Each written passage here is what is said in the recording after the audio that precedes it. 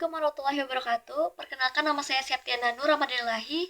Kali ini saya akan menjelaskan tentang perhitungan kimia dalam persamaan reaksi dan penerapan rumusnya, stoikiometri dalam reaksi air kristal dan reaksi pembatas.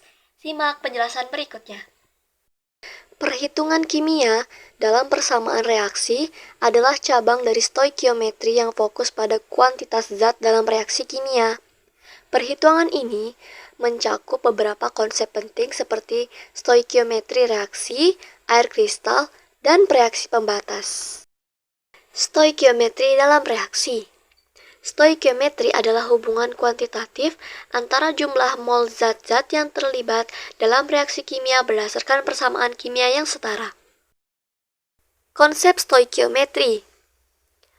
Yang pertama, koefisien stoikiometri adalah bilangan di depan rumus kimia yang menunjukkan perbandingan mol reaktan dan produk. Kedua, mol, satuan jumlah zat yang mengandung Avogadro. Yang ketiga, perbandingan mol adalah hubungan antara jumlah mol reaktan dan produk. Jenis reaksi. Yang pertama, reaksi sederhana. Reaksi sederhana adalah reaksi dengan satu langkah. Contoh, H2 ditambah Cl2 menghasilkan 2HCl. Yang kedua, reaksi kompleks. Reaksi kompleks adalah reaksi dengan beberapa langkah.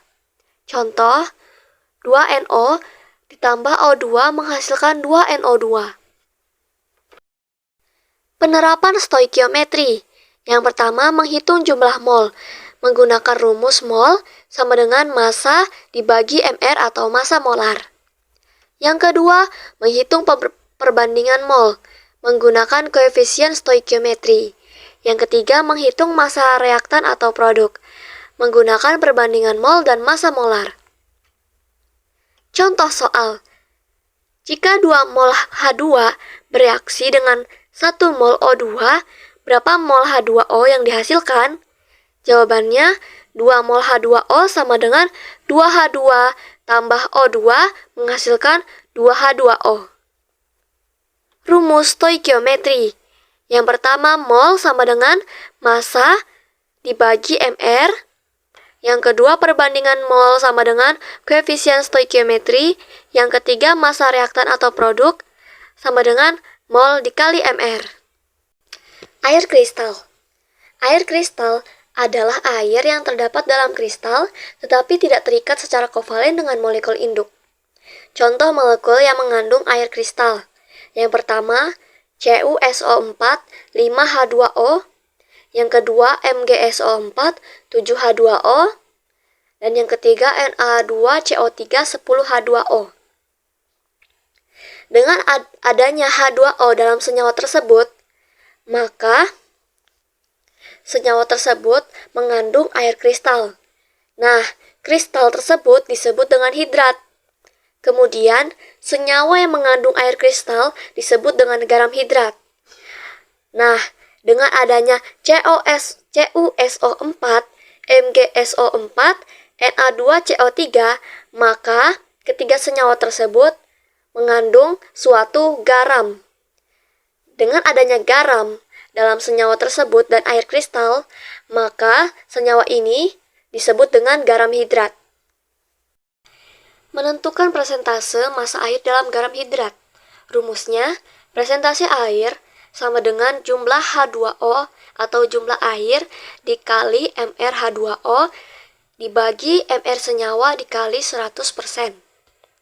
Contoh, hitunglah persentase massa air dalam garam hidrat MgSO4 7H2O dengan ARH sama dengan 1, O sama dengan 16, S sama dengan 32, Mg sama dengan 24.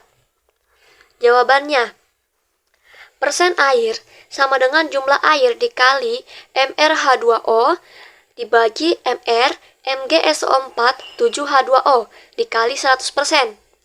Sama dengan, nah jumlah airnya itu adalah angka di depan air sama dengan menyatakan jumlah air. Jadi jumlah airnya adalah 7 dikali MrH2O. Nah, H2O, MR-nya adalah ARH. Jadi 2 dikali 1, kemudian ARO adalah 16, Jadi 2 ditambah 16 sama dengan 18. Jadi 7 dikali 18. Kemudian dibagi dengan Mr MgSO4 7H2O. Mari kita hitung. Mr sama dengan ArMg tambah ArS ditambah 4 kali ArO ditambah 14 kali ArH ditambah 7 kali ArO sama dengan 24 tambah 32 ditambah 4 kali 16 ditambah 14 kali 1 ditambah 7 kali 16 sama dengan 246. Jadi 7 kali 18 dibagi 246 dikali 100% sama dengan 51,22%. Reaksi pembatas. Reaksi pembatas adalah reaktan yang jumlahnya terbatas dalam suatu reaksi kimia, sehingga membatasi jumlah produk yang dihasilkan. Reaksi ini menentukan jumlah maksimum produk yang dapat dibentuk. Ciri-ciri reaksi pembatas. Yang pertama, jumlahnya terbatas. Yang kedua, menentukan laju reaksi. Yang ketiga, menentukan jumlah produk. Yang keempat, habis sebelum reaktan lain.